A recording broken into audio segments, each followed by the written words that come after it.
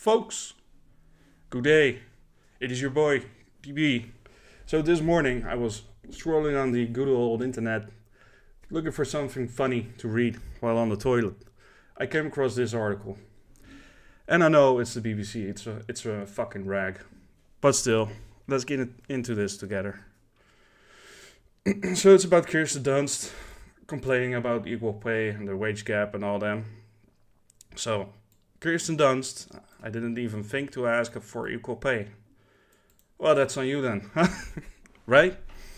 Anyway, Hollywood star Kirsten Dunst has said she grew up at a time where there was major pay disparity between herself and male co-stars. She said she was paid less than male co-stars, even though she had more box office success with films like Jumanji and Bring It On. Jumanji, the lead actor was Robin Williams, rest in peace. And Bring It On, I think she did lead in this movie, but I see two here. I was very young and it felt like, at the time, what do you do? I was 17, I was still learning my taste in film. I didn't even think to ask. That's on you, again. Or your agents, or your manager, right? You're 17, you should be led.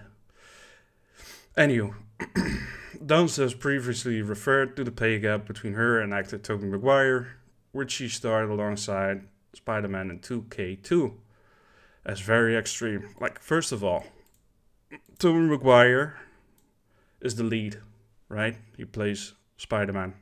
The movie isn't called MJ Man, right? So, he had a position where he can negotiate his pay. She didn't. Although she could try, but he got more leeway, right? He got more weight, so to speak. And what is very extreme, right? Alex Garland, who directs Dunst in his latest film, Civil War, agreed it had been a major issue, but nobody questioned it. Male executives, why the emphasis on this? BBC didn't question it. These were all inherited opinions. They weren't thought about. Well, that's on you again, right? You always have the right to ask for more. Your employer for your 9-to-5 job doesn't come to you and ask if you want to be paid more, right? You have to ask for it. Dunst plays a war photographer documenting the United States in the grip of conflict and falling apart. Nice timing, bro. The star says the dystopian movie is very much a warning about what can happen. The film leaves people with so much to think about, and it is a very moving, realistic piece about journalists. The actress adds. Dunst, 41, says it's refreshing. Her character is the lead in an action film, not a damsel in distress. Well, there you go. She's finally a lead. So she should get paid the most, right?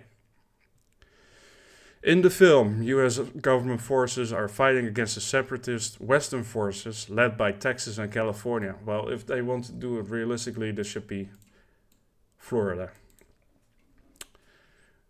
Because California is a shithole, for the folks who don't know. The Civil War of the film's title appears to have been sparked by the president, played by Nick Offerman from Parks and Recreations, where actually he's funny. I like him. Who has ripped up the Constitution by serving a third term in office.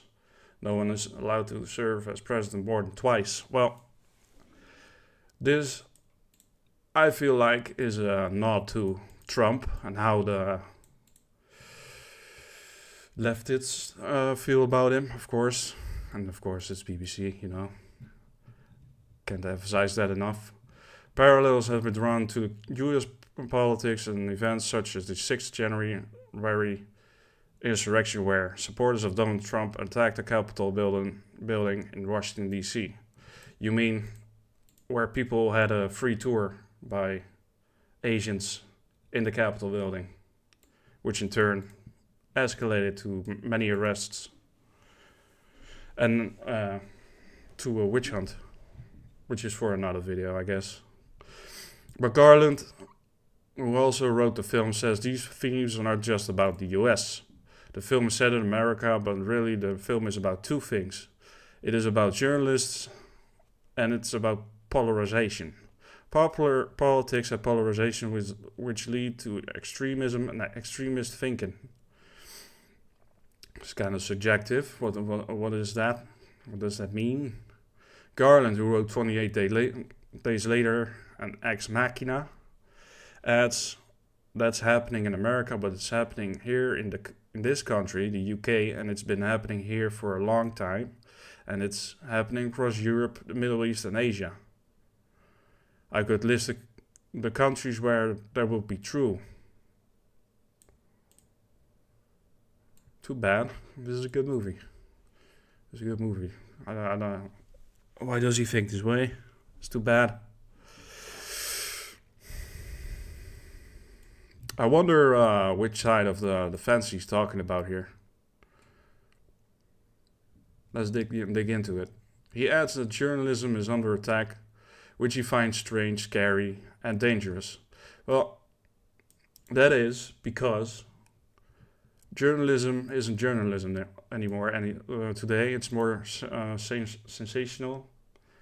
Sorry, English is my second language. It's more sensational now, right? Journalism should be objective. It ain't objective anymore. People are sick and tired of it. You get people saying, do not trust the BBC.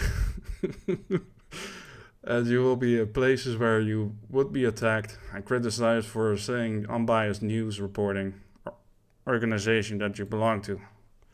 Well, first of all, BBC ain't unbiased at all. As far as I can tell. No. It's a propaganda machine. That's all I'm saying. The director says he was trying to showcase old-fashioned journalists who document what is happening without bias or opinion and leave other people to interpret what they do. Well, as a journalist should do, right? But there is bias and opinion nowadays, so I'm really curious how he depicts it in this film, right? Only time will tell. The film has garnered largely positive reviews, with Telegraph's Robbie Collin awarding it 5 stars. Civil War moves in ways you'd forgotten films of this scale could, with compassion for its lead character and a dark, prowling into the intellect, and yet a simultaneous, total commitment to thrilling the audience at every single moment. Okay, we'll see. Each leg of the journey toggles between pin-drop suspense and riveting, frantic firefights, often staged with a mesmerizingly surreal edge. Okay, tells me nothing. I am biased, folks, for sure. It never lets up, always gripping, always pummeling your senses, always ghoulishly compelling, whatever your response to its political prevarication. This is undeniably confident, intense, sweaty, palmed filmmaking at the highest level. Alright, that's not enough ass kissing. Let's go back to Kirsten Dunst. Dunst grew up in front of the camera, beginning her career when she was 3 years old. She says, was that an interview with the vampire? Was it one of her first parts? I don't know. Let me know in the comments down below. She says pay disparity isn't the only issue when it comes to sexism in the movie industry. One of Dunst's leading roles in her early 20s was in Sofia Coppola's 2006 Marie Antoinette biopic. I think I saw that one years ago. She played the titular role and says the movie was panned by film critics. The people that were watching that movie were my age. They weren't movie reviewers. Movie reviewers were old men, so to me, that people enjoyed Marie Antoinette have now grown up and are like, we love this movie, but they weren't the people writing the reviews. Is that because you don't like the reviews yourself, right? So that doesn't diminish a review from old men, right? They have more experience when coming to movies, when reviewing movies. And reviews are always subjective, right? I mean, you don't have to listen to it. But yeah, nowadays everybody's ego is so inflated and every negative review is popping their bubble, right? We grew up in a world where it's mankind, man-made, man this, man that. That's how we grew up. But Dunst does think times has changed. Hopefully the way I carve her path will help the other actresses. Alright, here we have another Jennifer Lawrence type deal, right? We grew up in a world where it's mankind, man-made, man this, man that. That's how we grew up. And it's factual. Man made the world as it is today, right? So basically, she is complaining that she didn't get paid enough and man ruled the Hollywood. Like it was old man reviewing her movies, right? Doesn't diminish the fact that they have a right to review it. And it's okay to disagree, right? With those reviews. Excuse me. So personally, I don't know if I'm gonna watch these movies. It just sounds like another propaganda thing. There are a lot of winks at Donald Trump, and this one irks me a lot. Supporters of Donald Trump attacked the Capitol building. Makes no sense. That's not true at all, you know. America gets attacked from the inside, for sure, but it's the rioters, the peaceful protesters that burn down businesses. Anyway, that's all I have to say about this.